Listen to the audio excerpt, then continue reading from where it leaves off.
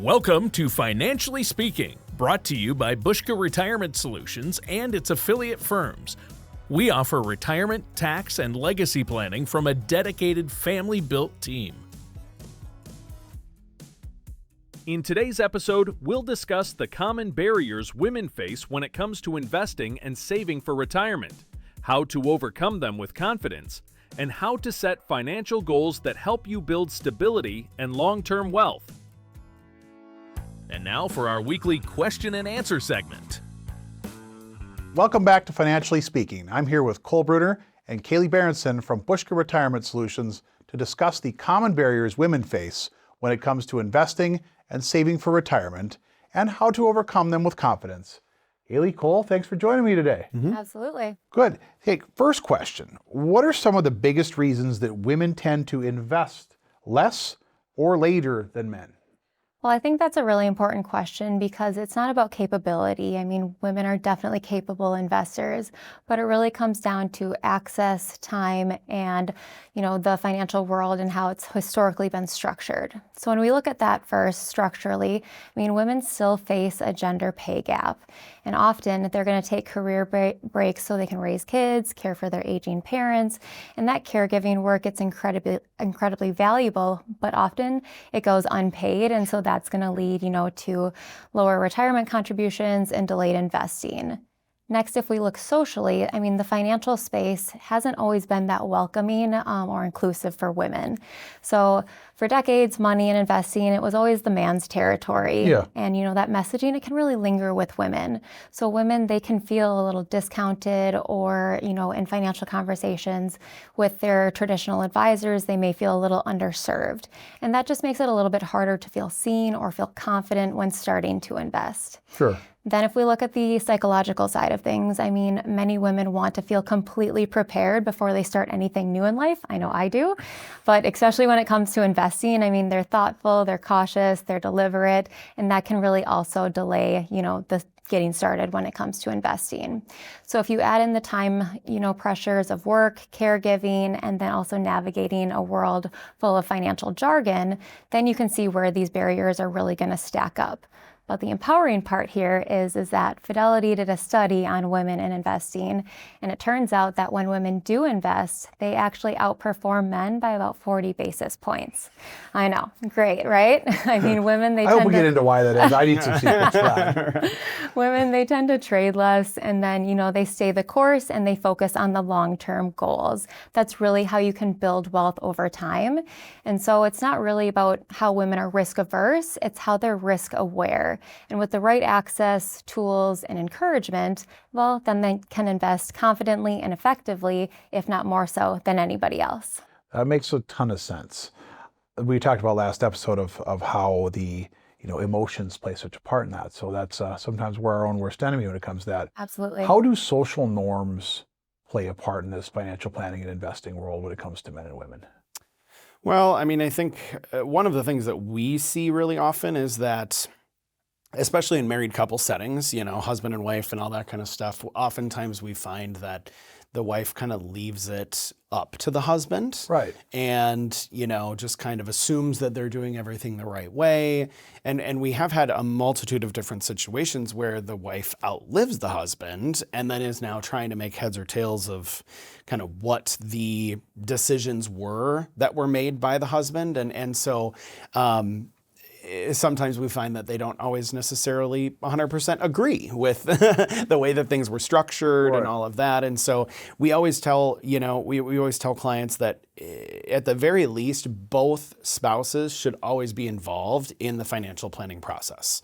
When it comes to sitting down, going through meetings, going through reviews, putting the plan together initially, that should have influence from both spouses because especially in a female situation, longer life expectancies, all of those types of things, it typically means that they are going to be left kind of holding the bag, so to speak, with if their husband passed away before them, and now trying to figure out, was everything done the way that it should have been done to provide me with the most, peace of mind and confidence financially now as I progress forward as a widow.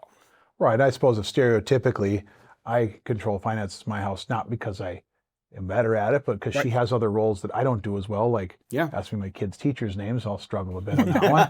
But I suppose that's in my phone. But I suppose to your point, you know, at 70 years old, when you outlive me, again, stereotypically, there's no time to start learning about finances. Correct. Yeah. So on that topic, what role does financial education or lack of it play in shaping the women's investment future? Yeah, so financial education, it's going to, be a big approach when it comes to investing, not because women can't understand money, but because of how that information is often presented to women. So financial education, if it's missing or it's filled with jargon and it's pretty complex, it can just reinforce that old myth that, investing isn't for women.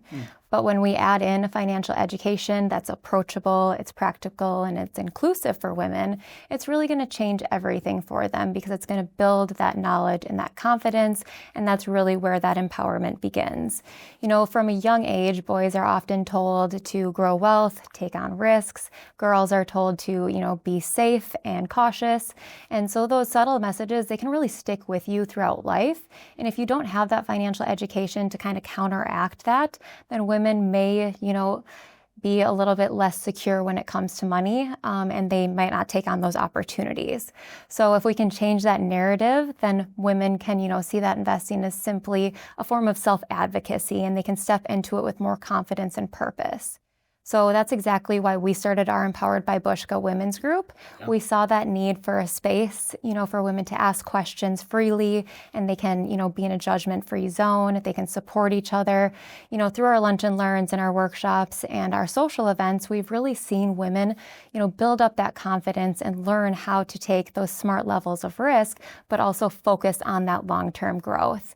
And I mean, the best part about all of it is that women, they have that knowledge and that community support.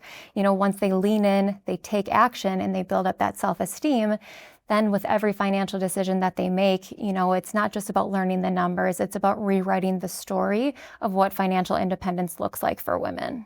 Well, and I think it also helps seeing more women in the financial industry. I myself have been in this industry for almost 20 years, and I remember 20 years, 18, 19 years ago, going to these industry events with other advisors, and there wasn't a woman in sight, And you were younger than most. Exactly. Probably by 30 years.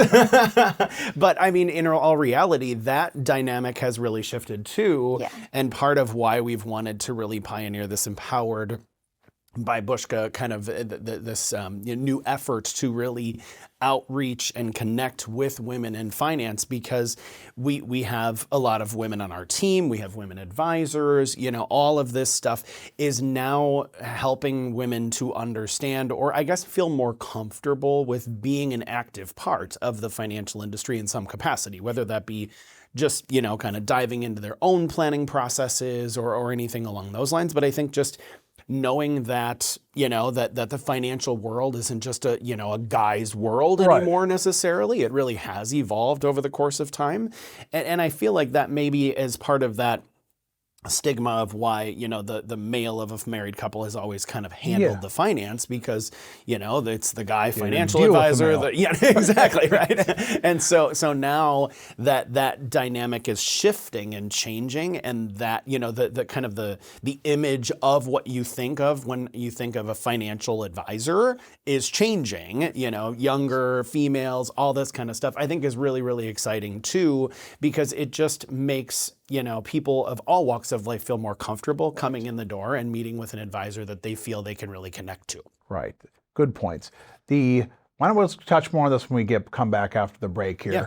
After the short break, we're going to dive deeper into access to financial advice, risk perception, and how women can take more control over their financial future. Stay with us. We'll be right back. Do you have a plan for how your assets will be handled after you're gone? Without one, the state could end up making life's most important decisions for your family. Through our partnership with Estate Guru, we make a estate planning process simple and affordable, offering wills, powers of attorney, and revocable trusts.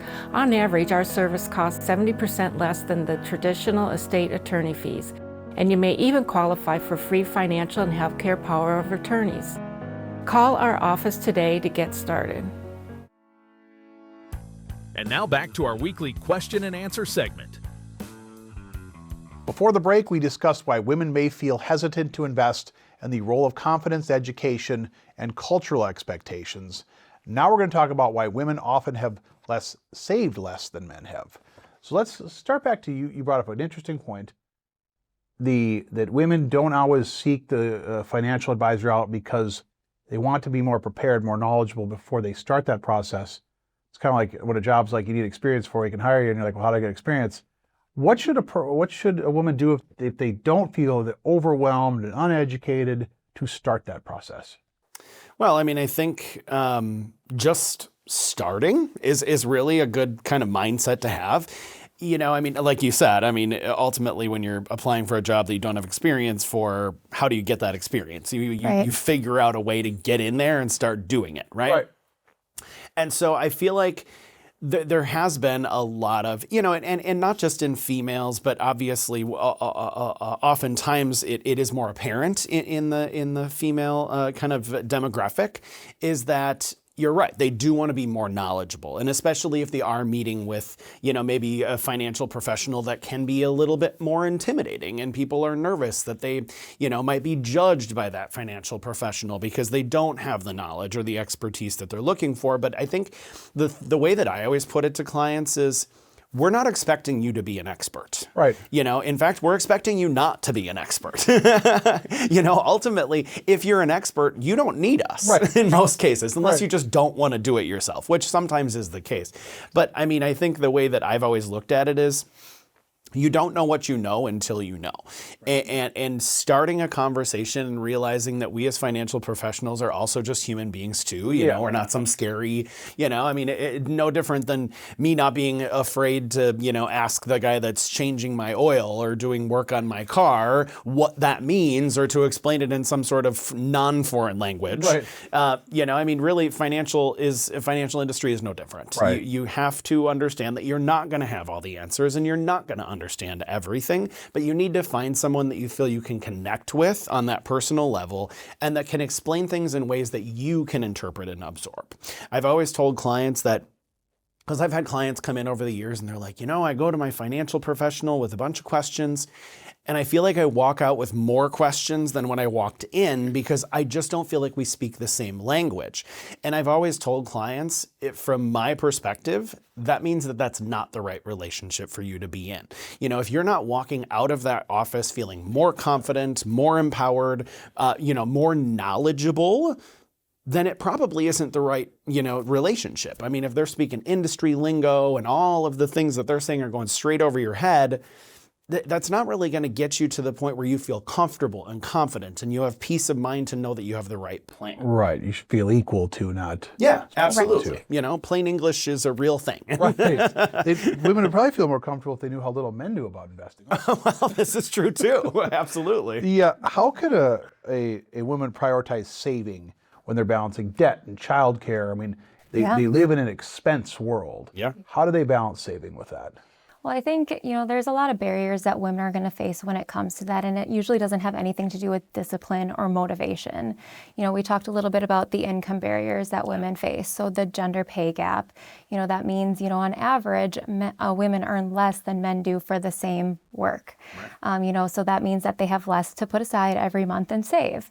You know, and then on top of that, we talked about the caregiving. So they take time, you know, away from work, or they do part-time work so they can provide for their family in a different way than just financially.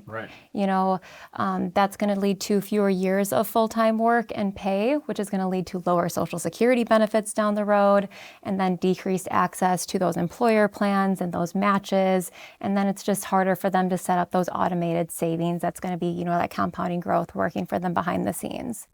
You know, when we look at financial priorities, I think we've established that women are incredible caretakers, and often that is also going to extend into their finances. So many women, they're going to put, you know, others' needs first. So they're going to pay for their children's expenses or pay for things for their aging parents, or maybe, budgeting the family's expenses before they start to save for themselves. I know my siblings and I have been, guilty of that. When we'd come home from college, we'd definitely ask mom first for gas or grocery money because she was way more likely to say yes than dad was. More likely to have it than you did. Right, exactly. And I mean, so many women do this without even realizing it. It's give first and then save later. And that kind of selflessness, it's an amazing quality to have, Of course. but at what expense to their own financial goals? The key here is making sure that we're helping women see that saving for themselves is, it's not selfish, it's strategic. Yeah. And when women build their own financial foundation, they're not just protecting themselves, but they're protecting their futures, and they're strengthening, their families, and they're setting that example of independence for the next generation. Well, and I think it kind of goes both ways too in that regard, because ultimately if you are too giving, if you're too charitable, whatever it might be in those earlier years when it's important to be prioritizing saving, you may end up putting yourself in a situation where now you need to rely on those loved ones for help financially in those later years because you weren't prepared and you didn't prioritize it in the earlier years. So although from a, fulfillment standpoint, of course, it feels really wonderful to be able to help your loved ones and do all of those types of things. But if it's to your detriment in the future, maybe it's not the best thing to Sometimes focus the best thing you can do is take care of yourself on those. Absolutely. And like Haley said, it's not selfish. It's just ultimately, it's self-preservation is really what it comes down to. And you guys do a really good job of this. So I want to make sure we talk about this of until kind of get into how you connect other women together also who may feel these same things to help them feel more empowered. Talk a little about what you guys do in that nature. Yeah, so I mean, connecting with other women, it can be, a way to build confidence when it comes to money, saving, and investing. So when women come together and they start sharing their stories, the struggles, the success stories, and then also I wish I'd started sooner moments, it takes away that sense of isolation. You know that you're not alone in this boat, and that conversation can really help make the financial goals feel more attainable because you're seeing real life, action, real life women, making these changes, and you're not just reading some abstract example in some financial book. Having that kind of community and that support is also going to create a safe and judgment-free zone, and you're going to feel more comfortable asking questions that maybe you wouldn't feel comfortable asking in a more traditional financial setting. Maybe you don't want to admit that you never started your 401k, or you don't know the difference between an IRA or a Roth, but it's okay, in a safe environment to ask a peer, hey, what does that mean? Because I guarantee there's someone else in that room that is also wondering the same thing, right? Oh yeah, for sure. Yeah, I mean, it's just not about confidence, it's about building that connection with everybody. And I mean, taking that powerful piece of representation and role modeling, it really helps, change that finances and building wealth and investing. It's with purpose now. And so it flips that inner dialogue of, well, I could never do that, to, well, if she's doing it, so can I. Right. And that's really empowering, and that's the most contagious, kind of success stories. Definitely. And you've got more, independent breadwinner women now than you ever did before. Yeah. You got divorce rates high where if they weren't making those decisions, they're thrust into it at that age. Yep. Or you got the stereotypical man's older than the woman, man dies first, thrust into it at that age. Yeah. What should someone do that's watching this show right now that wants to, take one of those things and talk to you guys about what to get started? What should they do? Well, I mean, I think setting up a consultation is a great first step. I mean, ultimately, coming to the table and sitting down and going through your concerns and your fears and your goals and your wants and your desires and all of those types of things, regardless of your situation, whether you're single, widowed, married, any of that kind of situation, obviously the best first step is to take a step. Start somewhere, have a conversation. That doesn't necessarily mean that the person you reach out to is going to be the right relationship, but it's a first step. Right. And you're going to learn things from that conversation that's going to help you to understand what future conversations or what other things you might need to look at in those conversations to make sure that you're preparing for the future. Great. So if you feel you don't know anything about investing, I assure you you're not alone in it. Right. What you got to do is find somebody who you can talk to and have a real discussion with, and you do trust and like. So give them a call. First consultation's complimentary just to see where can we help you and can we help you? So I appreciate you guys. It's a good topic today. I really appreciate what you guys are doing to help educate people. Of course. Thank you. Thank you. At Buska, our goal is to streamline the retirement planning process to help you move towards a successful retirement with confidence and ease. Through our 3 companies, we create personalized comprehensive retirement plans by integrating investment management, income planning, tax strategies, estate planning, as well as health insurance and Medicare planning, all under one roof. Call today or visit retirewithbuska.com to schedule your complimentary, no-obligation consultation or to get a second opinion review of your current plan. Let's make retirement planning easier together. And now, our Financially Speaking weekly desk segment. Welcome back to Financially Speaking. I'm Sue Buska from Buska Retirement Solutions, and joining me is Ryan Connor. Now today we're going to talk about how to set financial goals that help you build stability and long-term wealth. That's right. Setting clear goals is essential if you want to work towards securing your financial future and providing for your family. Now, Investopedia has a great step-by-step guide that we'll break down today for our viewers. Well, before we jump in, here's a quick heads up.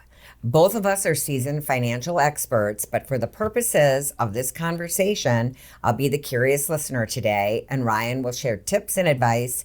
Ready to get started? Absolutely. Okay, so first off, why are financial goals so important? So without clear goals, it is easy to overspend, miss opportunities to save and invest, a multitude of different problems. So whether it's paying off debt, saving for a house, or planning for retirement, having a clear plan keeps you on track and helps you make informed decisions as you go through life. Well, that makes sense. So setting priorities early, it really matters. Exactly. And those priorities usually fall into one of 3 categories: short-term, mid-term, and longer-term goals. Now, can you break those down? Sure. So short-term goals are things that you're going to want to accomplish within a year. Think things like creating a budget, building an emergency fund, perhaps paying off credit card debt. These create a stable financial foundation for you. So things that help you get stable first. Exactly. Then there are mid-term or medium-term goals, usually 3 to 5 years out. These are going to be larger financial moves, things like saving for a home down payment, paying off student loans, or investing in your education. They require more planning and discipline over time. And long-term goals? So these take more than 5 years and focus on things like retirement planning, paying off a mortgage, or building wealth to pass down to future generations. Time really becomes your best friend with these. Well, because of compound interest, right? Exactly. The sooner you start saving, the more your money grows over time. So how do you actually set these goals? Where should people start? So the first step is to assess your current financial situation. Look at your income, your expenses, your savings, and your debt. That gives you a realistic picture of where you stand and helps you set sustainable goals. Wow, that sounds like a good reality check. So what's next? The next thing is to define your goals clearly. I like to use the SMART framework: specific, measurable, achievable, relevant, and time-bound. Like instead of saying, I want to save more money, you might say, I will save $30,000 for a down payment on a house in 5 years by putting $500 a month. That is a perfect one. That makes your goal tangible and, most importantly, trackable. Mm-hmm. Now, how do you decide which goals to focus on first? So the key here is prioritization. For example, build an emergency fund before investing heavily. That way, if you have an unexpected expense, you won't have to go into debt.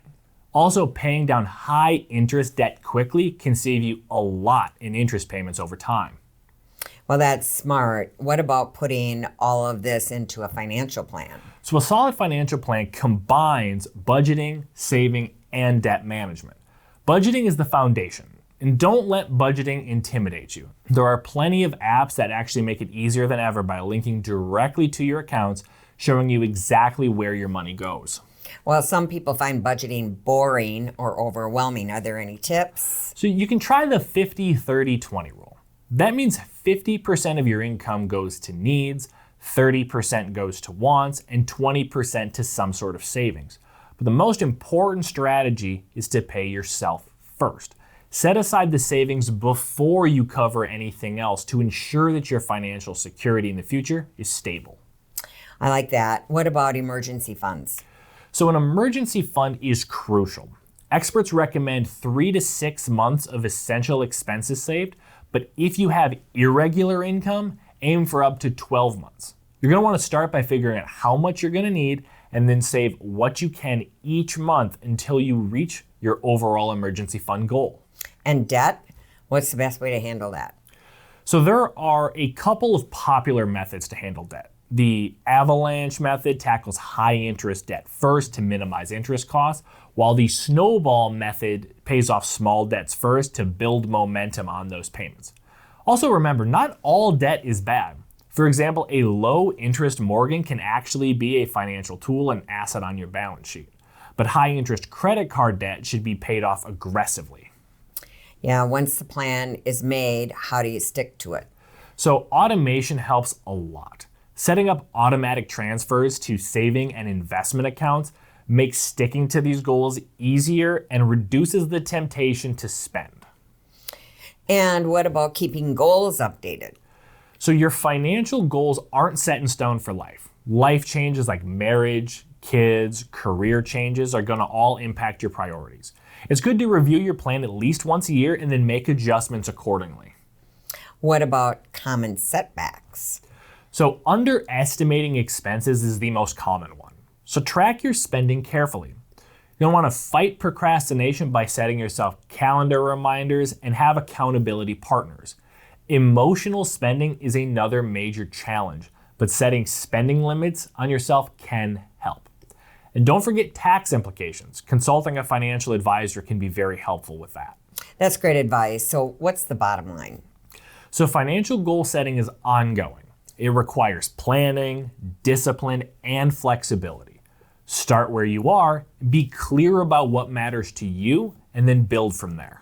Exactly. Having a plan and keeping it moving is what really counts. Thanks, Ryan, and thank you, viewers, for joining us. And if you want help setting your financial goals or have questions, visit retirewithbuska.com or call 715-355-4445, and we'll be right back with more Financially Speaking after this. Thank you for tuning in to this week's edition of Financially Speaking. We're glad you were able to join us today, and we hope you learned some useful retirement tips along the way. On today's show, we covered a number of important topics, and hopefully we did so in a manner that was easy for you to understand. This is the same way we communicate to our clients when we meet with them in person. Remember, with the help of the right financial services professional, you can create a quality retirement, and our team is here to help. Right now may be a great time to get a second opinion on your retirement plan. Call us at 715-355-4445 or go to retirewithbuska.com to continue your retirement education, catch up on previous episodes of our TV and radio show, or schedule your complimentary, no obligation consultation. If you have any questions or comments about today's show, call us at 715-355-4445 or feel free to send us an email at info@retirewithbuska.com. Join us next week at the same time and same place for another episode of Financially Speaking.